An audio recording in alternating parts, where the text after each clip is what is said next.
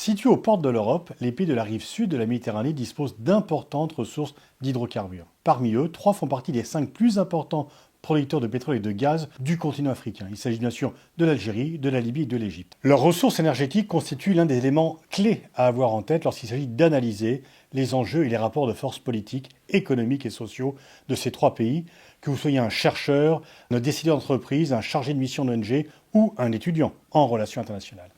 Cette vidéo en fait s'appuie sur le dernier rapport publié par l'Observatoire de la sécurité des flux et des matières énergétiques, qui est dirigé par Pierre Laboué à l'IRIS, avec les contributions de Luca Baccarini, Philippe Kompanski, Manfred Hafner et Nour Edjazi, grâce au soutien de la DGIRS. Le rapport a été remis en juin 2021. Il est désormais disponible au grand public. Vous allez sur le site de l'IRIS, vous pouvez l'avoir en intégralité. Et c'est vraiment Pierre Laboué qui a dirigé ce travail qui permet de mieux saisir les enjeux énergétiques algériens, libyens et égyptiens. Posons les bases. L'Algérie, la Libye et l'Égypte présentent des profils socio-économiques très différents. Avec 2,3 millions de kilomètres carrés, l'Algérie doit contrôler un territoire plus de 2 fois plus grand que celui de l'Égypte et plus grand que la Libye.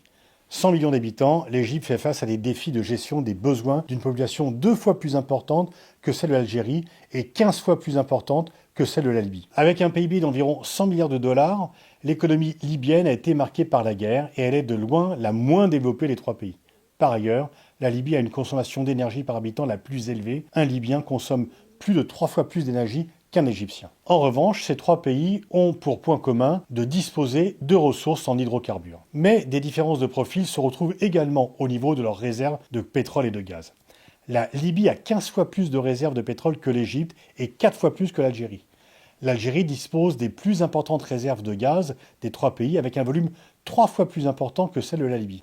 Et grâce à la découverte de gisements en Méditerranée orientale, l'Égypte possède d'importantes réserves de gaz. Est-ce que ces 3 pays sont d'importants fournisseurs de pétrole et de gaz de l'Union européenne? La réponse est non. Les approvisionnements combinés de la Libye, de l'Algérie et de l'Égypte ne représentent au total que 9,5% des importations de pétrole brut et 8,7% des fournitures de gaz de l'Union européenne des 27. À titre de comparaison, la Russie représente environ 27% des achats de pétrole brut et 38% des achats de gaz de l'Union européenne.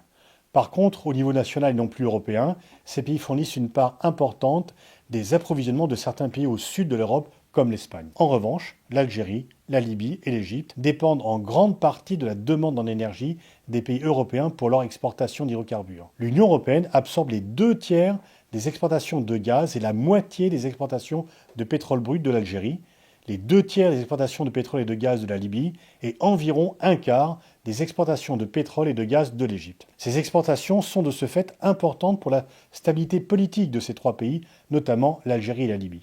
Les recettes pétrolières et gazières représentent environ entre 40 et 60% du budget état algérien, jusqu'à 80% lorsque le prix du pétrole est très élevé, et environ un quart ou un tiers du PIB de l'Algérie. La situation est encore plus critique en Libye. Et la guerre a aggravé la situation puisque le secteur des hydrocarbures est resté le seul secteur productif à avoir continué à fonctionner. L'engagement de l'Union européenne à atteindre la neutralité climatique à l'horizon 2050 et à ne plus consommer de pétrole et de gaz représente un enjeu commun à ces 3 pays à long terme. Mais les défis qu'ils doivent relever à court terme sont relativement différents. L'Algérie est à la croisée des chemins. Le pays est le premier exportateur de gaz d'Afrique et le 3e fournisseur de gaz de l'Union européenne, mais sa consommation d'énergie a bondi en l'espace de 20 ans et la croissance des besoins nationaux a réduit les volumes de gaz disponibles à l'exportation. 75% de la production gazière du pays était exportée en 2000 contre 50% aujourd'hui. Cette tendance pourrait remettre en cause à terme la rente gazière du pays. La Libye demeure plongée dans l'incertitude, pour ne pas dire le chaos. La guerre a stoppé le développement du secteur pétrolier du pays et la production de pétrole a chuté.